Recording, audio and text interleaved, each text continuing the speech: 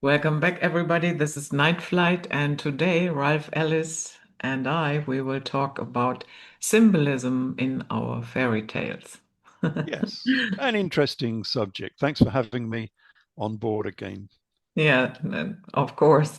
Um, yeah, one very, very interesting, um, let's say archetype, of course, are witches and stepmothers.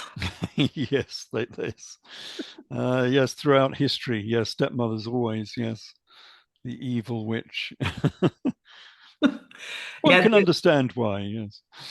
yeah, they have, sometimes the same connotation to them, as if the stepmother is always an evil being. Yeah. Mm, But that is not necessarily so. It can be, but can be, yes. Well, she's forcing her way into another tribe, and that's always a contentious issue. So whether it's family or tribal, one can see the contentions with a new person assuming a dominant role within that tribe or family all of a sudden, without having grown up in that family. So it's bound to give tensions. Yeah. but the witches were more like herbalists. Proper ones, yes. Yeah, of Yeah. course. Yeah. A valuable role in society, especially amongst the royalty who wanted a few poisons, perhaps, or whatever, or just medicinal cures. It was a very valuable tool to have, and yes, they supplied that. Mm. And so if the royals were fond of them, then why did especially the Catholic Church go completely overboard? Against the witches, yes. Mm. I suppose they found it threatening. Women were to be seen and not heard within the Catholic Church, as Paul says. And so they didn't like the role, I suppose, of dominant women. That's probably one reason. Um, and because they were masters, perhaps, of the dark arts, dealing Hmm. in poisons and so on. So, yes, people maybe to be feared on occasions, um, these women with knowledge of herbs and nature and so on. Not something I really deal very much with. I've been more dealing with the cosmic aspects of Okay. these fairy tales. Um, so perhaps we might delve into Snow White, because Well, I think we're going to look at four fairy tales, and they're all sort of pointing in the same direction, which is why I think there might be something to this idea, that they contain hidden knowledge. Um, because otherwise it's difficult to explain, and it's all to do with my research regarding the gospel stories and the histories and so on from out of Egypt. These were all Sabaean people. The Sabaeans were the star worshippers. Most of the original religions were to do with the heavens above, of course. They were Sabaeans. They were star worshippers. Whether they've branched off into Judaism or Christianity, there's always a hub down the bottom somewhere of cosmic veneration. And these fairy tales have that, even if we don't know that. Now, I find this interesting because we're all familiar with these fairy tales, but it won't be obvious to people what they're actually trying to portray. And so when I explain it, people will probably say, oh, yes, well, yeah, that sort of makes sense. Now I know what it's trying to tell us. And so the question is then, who has encoded this symbolism within these fairy tales? Was it um, the more recent authors? So we're talking about people like the Brothers Grimm, out of Germania, of course. So you'll be very familiar with the Brothers Grimm, yes. um, because these people weren't just they weren't just fairy storytellers and creators. The Brothers Grimm were scholars, very top high quality scholars and linguists and historians that were well respected in their era. The Grimm brothers wrote the Deutsche Grammatik, German grammar, back in the early 19th century. And then Deutsche Mythologie, the myths of the Germans. So, yeah, these were respected people crafting these fairy stories from the traditions. They actually went around the country, asking people, what are your traditions? What are your fairy tales? What are your mythologies? And from those, crafting these stories that we're familiar with today. So these are based on antique stories that have come down through the generations, through the millennia. And one of those, of course, that they wrote was Snow White. And we all know the story from, the Disney version. We've got, we've got again talking about the wicked stepmother, the wicked queen, and we've got Snow White, who's the purest of all princesses, sort of thing, who becomes a princess later. It's always about the lost princess. This is a running theme throughout these fairy tales. But I think it's actually talking about the cosmos. Why do I think that? Well, I think that the wicked queen, who was outshone by Snow White, who was much more beautiful. I think the wicked queen was actually the Milky Way. So, hold on, I'm trying to share and that's not working. So let me just do that again. So I want to share screen. I pressed the wrong one. There we go. Share that one. So a share should be coming up soon. Mm-hmm.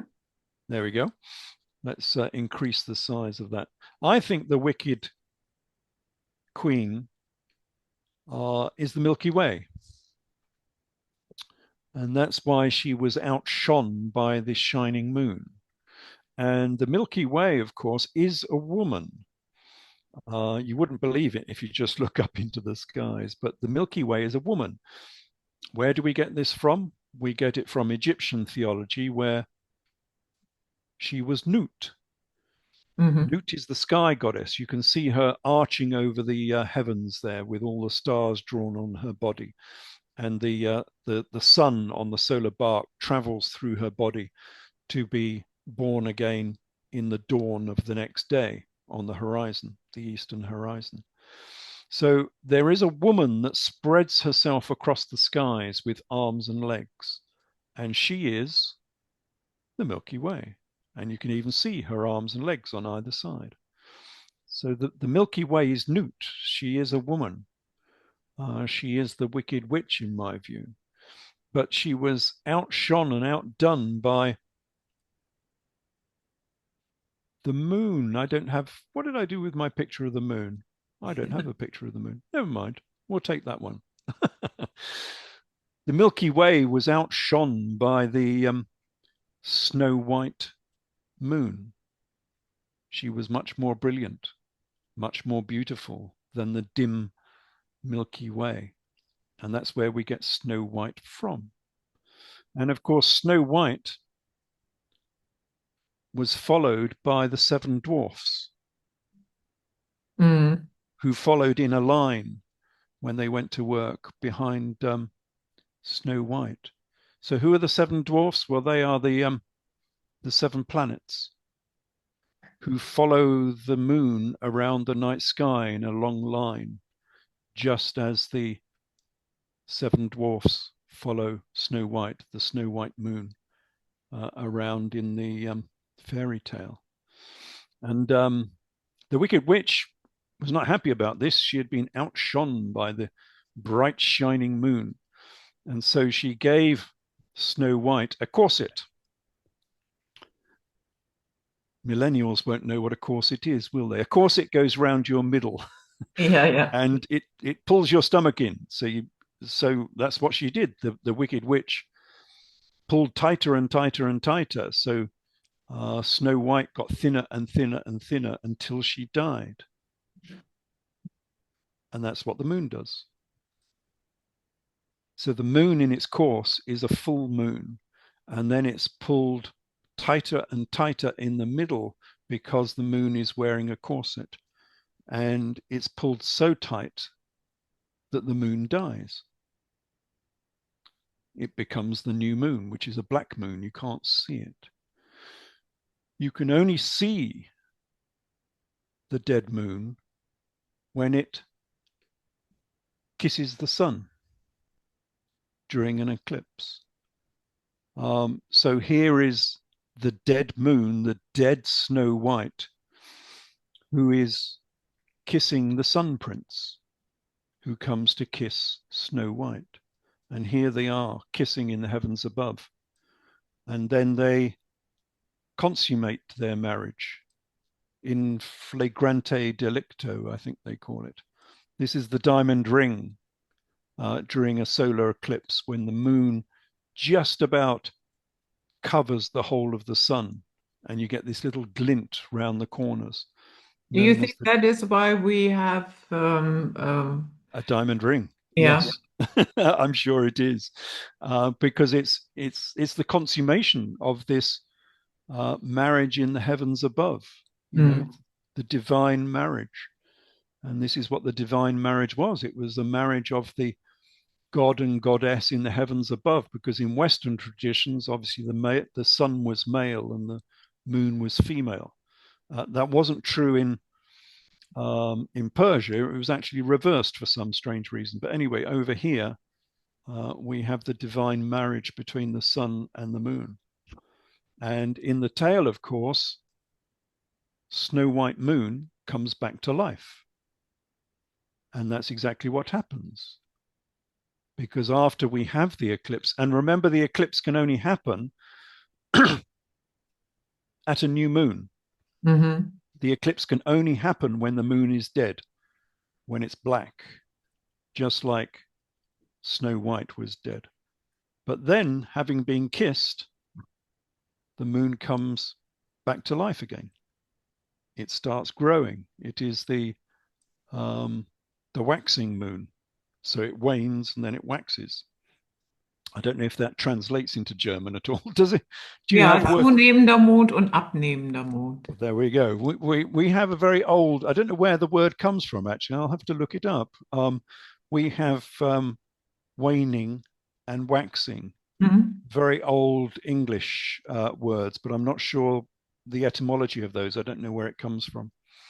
But the moon does come back to life again, and it comes back into a full moon as if the moon is pregnant. And I think that's what this story was talking about. It wasn't just a story of princesses and princes and, a nice little fairy tale for the children. I think it was describing the orbital motions of the solar bodies in a heliocentric model of the solar system.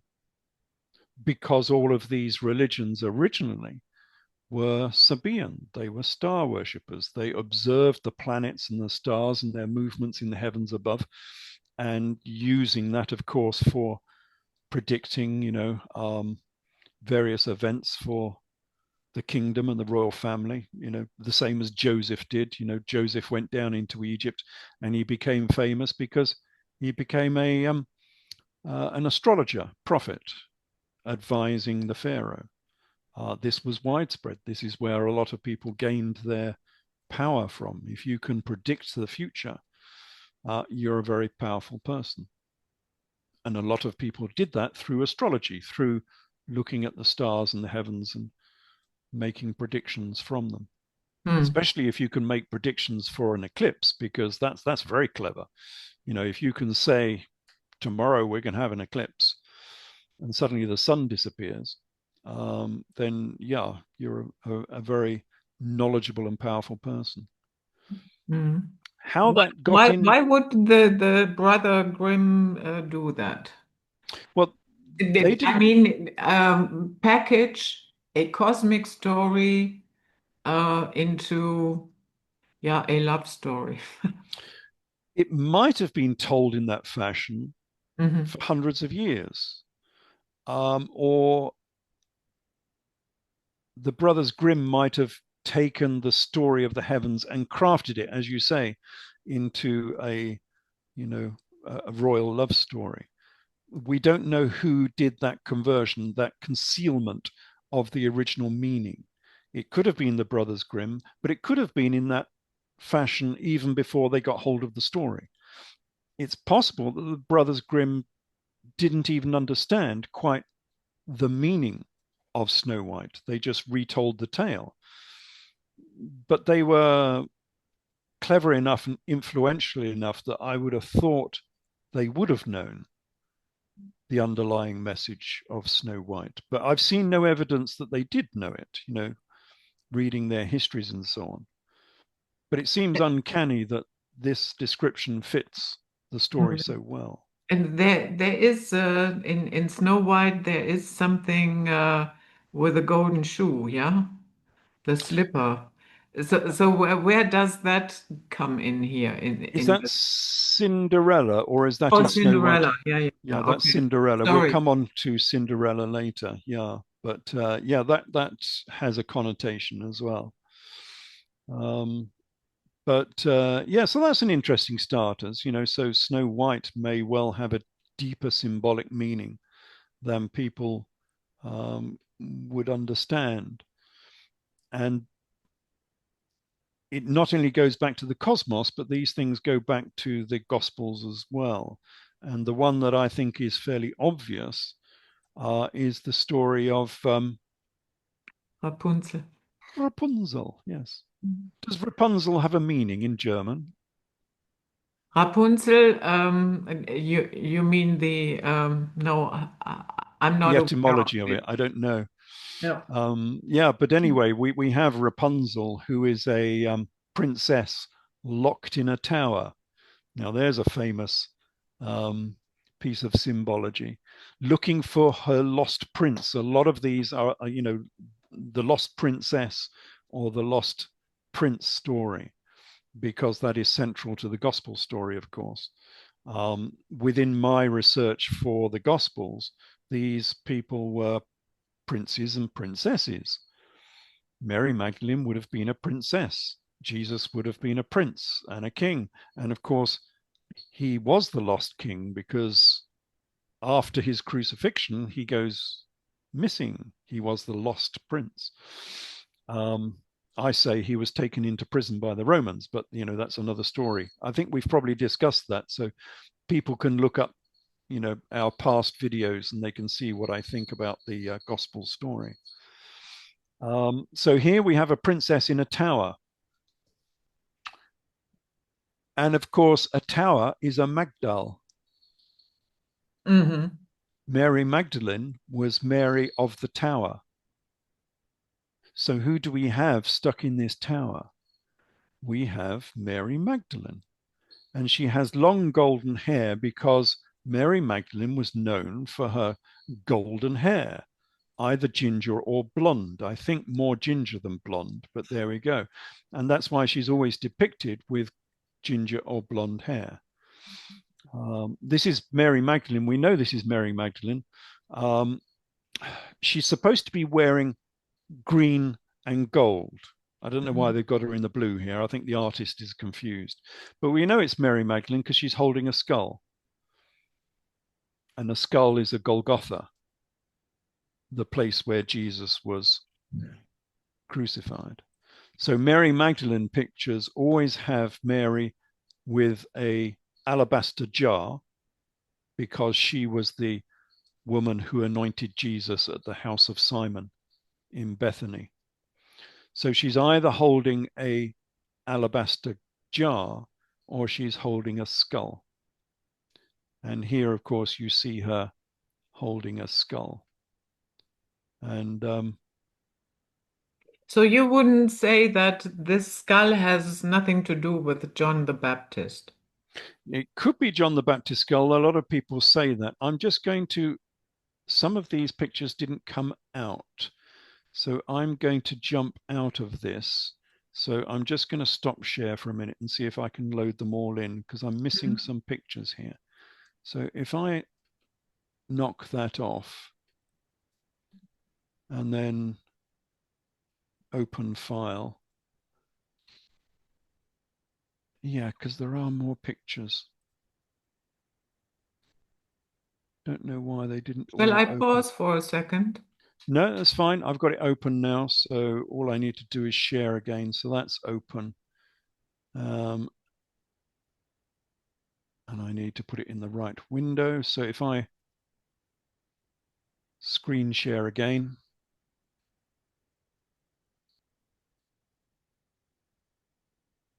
there we go. That should be sharing. Mm-hmm. And I did have a moon picture. There you go. I knew there was a moon picture somewhere. Anyway, that was the moon picture I was going to show. So we've done that, we've done that, we've done that. We've come down to Rapunzel. Here's Rapunzel sitting in her tower, her Magdal, because she was the Magdalene. This is Mary. I thought I had two images of Mary. Never mind, I've only got one. And Mary was known not only for her ginger blonde hair, but also for her long hair, because it covered up her modesty. So Mm-hmm. she was known for her long ginger blonde hair, and that's why she's shown in this fashion. The same as Mary of Egypt was shown in this fashion. You see this quite a lot if you go to Provence down in southern France. They often have the hairy Mary Magdalene. Um, but it's indicating, I think, more that she had long hair, just as did Rapunzel have long golden hair. So again, the story of Rapunzel, I think, comes straight out of the Gospels, and I can't imagine, although it is lateral because no one has really seen this in the modern era, but I can't really see that Brothers Grimm did not uh, understand the story they were crafting. I mean, they were linguists. They would have known that Magdal means the tower, and therefore the princess in the tower is Mary, Mary Magdalene. It's just so obvious, looking for her lost prince. And of course, she had the lost prince because Jesus had been crucified.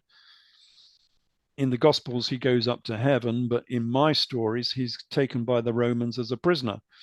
And he's taken to Rome, and then he's taken off to Britannia. He was the lost prince. And so the princess is now in Provence because, of course, we have the story of Mary Magdalene getting on a boat and Mm. going down to Provence in southern France, where she comes ashore at um, Saint-Marie de la Mer, which is on the Rhone estuary in southern France. And from there, starting a new life in Provence in southern France. So this was the lost princess looking for the lost prince. That's the story. And that's what we find in these fairy tales. So I can't believe that the people who crafted these fairy tales didn't understand that. But nobody seems to have understood it since. Am I the first person in the recent era, the last 100, 200 years? Because these stories were crafted back in the early 19th century. Am I the first person to have noticed these similarities? I don't know, because this one's obvious. Some of the others may be less so, but this one's very, very obvious. And the other one that I think is interesting is Little Mermaid. Mm-hmm. Okay, this is now Hans Christian Andersen, this one. But again, he's early 19th century, isn't he? When was this? Yeah, about 1837, apparently, Hans Christian Andersen for Little Mermaid. And so we have the story of, again, the lost princess looking for her lost prince. the little mermaid trying to get out of her environment to become a human and marry her prince, her lost prince. And so what does she find as, evidence of the people above, the land dwellers? What she finds is a picture of Mary Magdalene. And this is a picture of Mary. This is a very famous painting. This is Mary Magdalene and the Smoking Flame by Georges de la Tour, a very famous painting of Mary Magdalene. And again, a skull, yeah? Yes, she's holding a skull. Yeah. The skull, as we said before, is representative of Golgotha, which was the place where Jesus was crucified.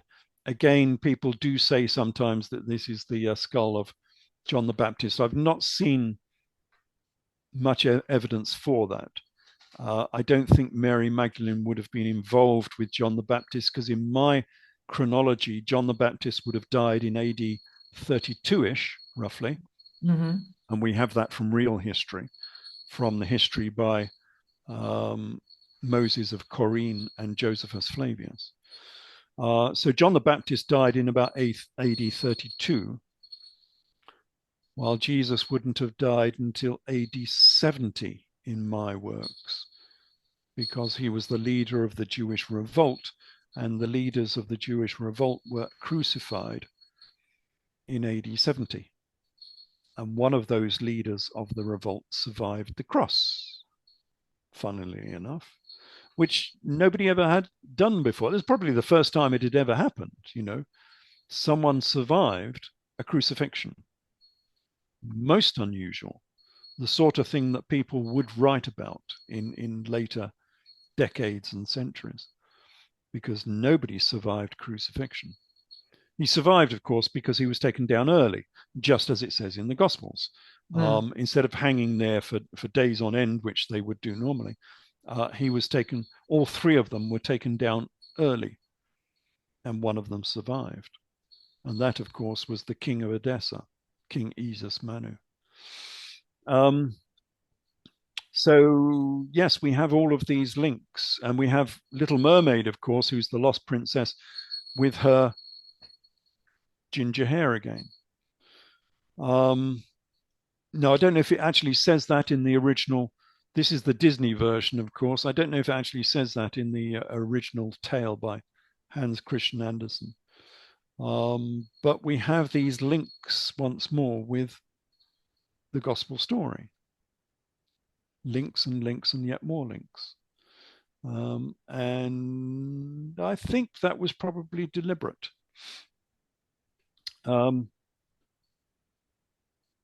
And also, this is a story about being under the sea. She is the little mermaid, the maid of the sea, mer being sea. Well, so was Mary Magdalene. She was known as the Stella Maris, the sea star, the star of the sea, mostly because she went to Provence.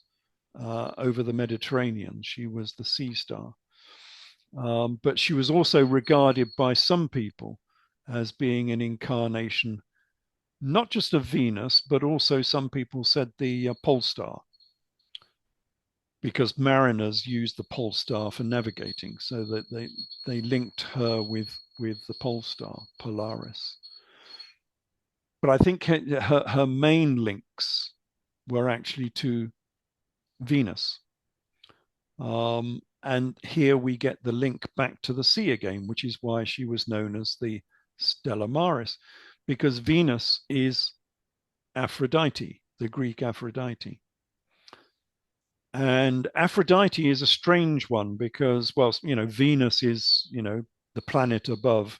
Aphrodite means the foam of the sea. She was born in the foam of the sea. What does that mean?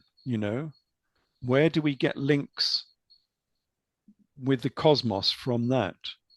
Well, as above, so below. Everything that's symbolic below comes from the cosmos above. The foam of the sea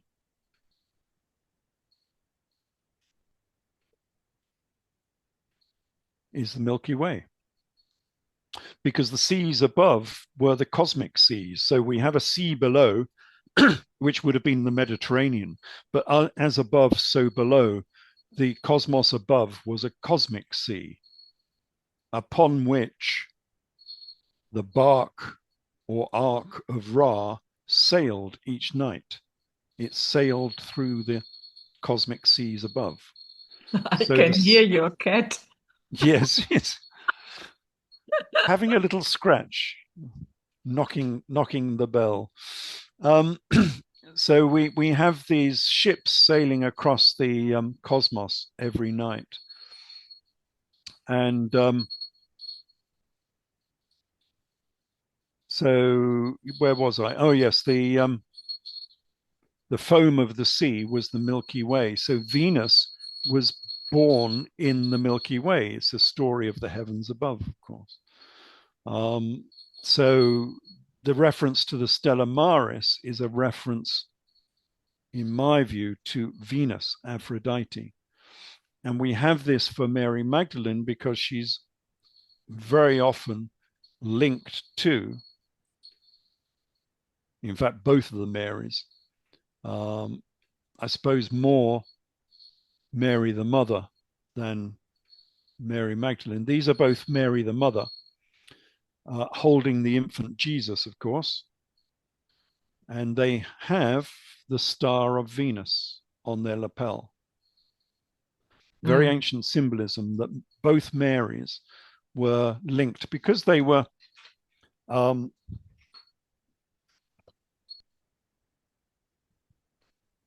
cat wanted to go out um, because they were incarnations of Isis. This is of course an image of Isis. You know, if you ever see Isis Mhm. with Horus on her lap suckling the infant Horus, straight out of Egyptian theology, this is Isis and Horus. But of course, Isis is Aphrodite. Isis is Venus. They are all the same goddess, just in a different country. Isis being Greek, being Egyptian, Aphrodite Greek, Venus being Roman, but it's all the same goddess, and that's why she is noted as being Venus or Aphrodite with the star of Venus on her lapel there. And both Marys would have been the same because, you know, these traditions go down through the families from mother to daughter. So Mary Magdalene would have been the linked to Venus in exactly the same fashion. She would have become the Stella Maris, the sea star. Is this on the left-hand side? Is on that dress of the child, the Jesus Mm-hmm. child, is that an Isis knot? Ah, yes, I didn't notice that. Yes, it And could. on the right-hand side as well. Yes, the same. Yeah. Yeah, I don't know. I'll have to look at that. It sort of does look as though it's been deliberately drawn in that fashion, doesn't it? Mm. Um, yeah, but this is a common symbol, and as you see, the infant Jesus is holding a ball here. The ball is the earth. So again, all of these things, you know, he was master of the earth. The kings do that now. If you see any images of Elizabeth I, Elizabeth II, and even the recent king, King Charles, they will all be holding an orb in their Mm. hand. And nowadays, it's an orb with a cross on it. Traditionally, it was just an orb, a ball, which represented the earth because they were masters, they were the kings of the world. But it has a cross on it now because it's now the master of the Christian world. And that's the orb that these royal families hold. And that's what baby Jesus is holding here. So again, it's all cosmic in its symbolism. Um, so yeah, that's Ariel, Little Mermaid. Um, and I think we can see symbolism there pointing back to the gospel stories. But I think we can also see the same in Cinderella. You were talking about the shoe. Here's the shoe. Yeah, yeah, yeah. Yeah, I, it has been a long time since I read them, although there was a time when I knew them by heart, when I was a ah, little child, and I wasn't reading just yet at that time. mm, But what I did, I heard them so often, so I took the book and I started, pretended to read, but I knew ah. it by heart. Yes, you could recite the story over the pictures. Yes. No, there Uh, were no pictures. okay, right. Well, I couldn't find a picture with her in blackface because, of course, she should be in blackface because she is cinders. She was covered in charcoal because she tended the fire. So she was covered in soot. That's why she's Cinderella. She was covered in cinders. Um, and that's interesting because that's the same name as the Edessan royal family that I've been tracing for the line of Jesus. Because the Edessan royal family had the title of Cam, and Cam means black, the same as Cinderella was black, the same as the black Madonnas that we find down in southern France. So yes, the king of Edessa was King Abgarus Okama, which means Abgarus the Black. But it's not actually referring to a black face or a black skin. It's actually referring to Cam, which is the name for Egypt. It's the original Egyptian name for Egypt was Cam. So in essence, but you won't find this in the history books, it's quite obvious that he was known as King Abgarus V of Egypt because this royal family came out of Egypt via Parthia and ended up in Edessa. And so this was pointing back to their origins, which was Egyptian. And same with the Black Madonnas in Provence, because the biblical royal family, I say, were the same as the Edessan royal family. They came out of Egypt as well. Out of Egypt I have called my son, as it says in the Gospels. Jesus went to Egypt for his education, as it says in the Gospels. And Jesus was known as the Egyptian false prophet, which it says in the Gospels and the works of Josephus. So there were strong links here between the Gospel family, between Jesus and Egypt. And Egypt was known as Cam. And so when they had these statues in Provence of what would have been Mary Magdalene, not the Madonna. They call them the Black Madonnas, but this would have been the Magdalene, of course, not the mother. By painting them black or making the statues out of ebony, which is a black wood, you end up with a Black Mary. So you don't have to say Mary of Egypt. It's obvious to anyone who's been initiated that the black face means they came from Egypt, and you don't even have to say it. So that's what the Black Madonnas was all about. Same as in the Gospels, one of the apostles, one of the disciples was Simon Niger, Simon the Black, again because he came out of Egypt, because all of these people were formerly Egyptian monarchy, although they were living in Edessa at the time, which is in northern Syria.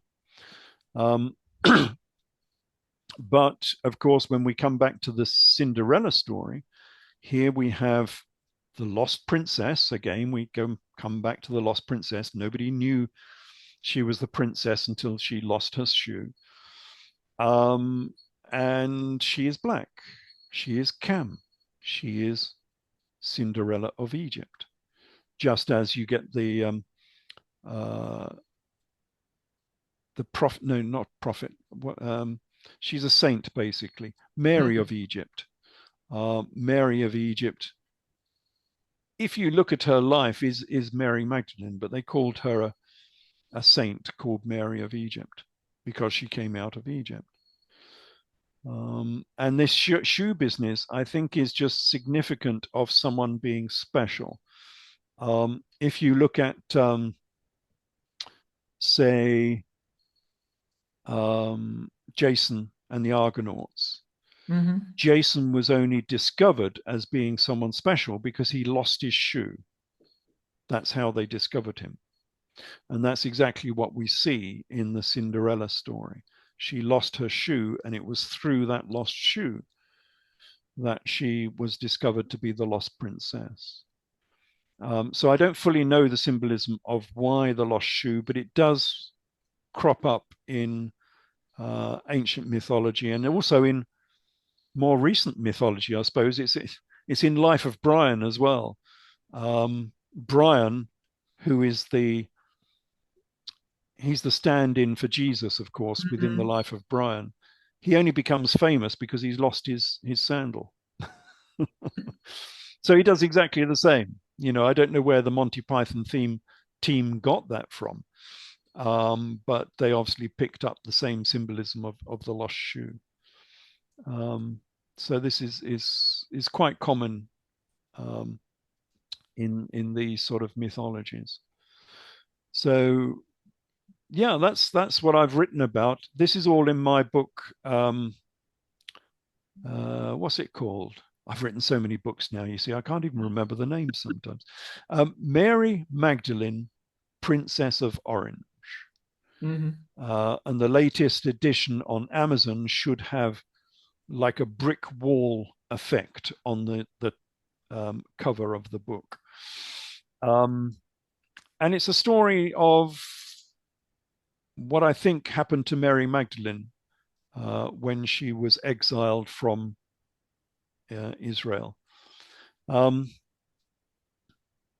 So in my works, of course, this all happened a little bit later. This happened in AD 70, not in AD 30. We have this 40-year chronological chasm to come over, because I think the story has been shifted back into the AD 30s to separate it from the Jewish revolt. But in real history, the Jewish revolt happened. It was led by Jesus, who was a king of Edessa. They lost that revolt against Rome. He was crucified. He was survived and was taken to Rome as a prisoner. And Mary Magdalene, who was his wife, of course, there is no doubt about that, was now the lost princess without her prince. And she went on this because she had now lost all her money as well. Again, in my works, Mary Magdalene, and this is backed up by good evidence from the Talmud and from the Golden Legend and things of this nature. She was the richest woman in the whole of the Near East by a long way. Her dowry was 1 million gold denarii, which is worth about $26 billion or something in today's money. So she was stupendously rich. But after this revolt, of course, royals do this quite often. They bet all of their money on red or black, and sometimes they lose, and they lost. And so she went from being the richest woman in the Near East to one of the poorest. And the Talmud makes fun of this because Yohanan ben Zakkai, who became the sort of post-revolt head of the Jewish church, he was, he became the chief rabbi. He became the sort of de facto king almost. Anyway, he's talking to this woman, Mary Bothus, who is Mary Magdalene. And he's pretending he doesn't recognize her because she is now picking grains of barley from among the dung of donkeys. That's how poor she is now. She's having to scavenge for food. And he says, who are you? And she says, well, I'm Mary Bothus. And he says, Woman, what has happened to all the wealth of your family? So yes, she goes from richest to poorest, which is why we get this riches to rags story in a way in the gospel story. And then she goes off to Provence. So she escapes. Probably a wise thing to do because they were persona non grata in the East, having fought a war against Rome. And so she makes this journey across to France. France, yeah, Saint Marie de la Mar. I can never remember the name of that town. It's a little town. It's well worth a visit. If anyone's in the south of France, it's right next to the Rhone estuary. And there's this little resort town which has wonderful beaches for anyone coming in with a small boat. And apparently that's where they came in because they have a celebration of it every year. They have a celebration of Mary Magdalene coming into that town, which is held by the Gypsy people. This was the public hour. For full access of the entire interview, please join our Patreon community. Thank you.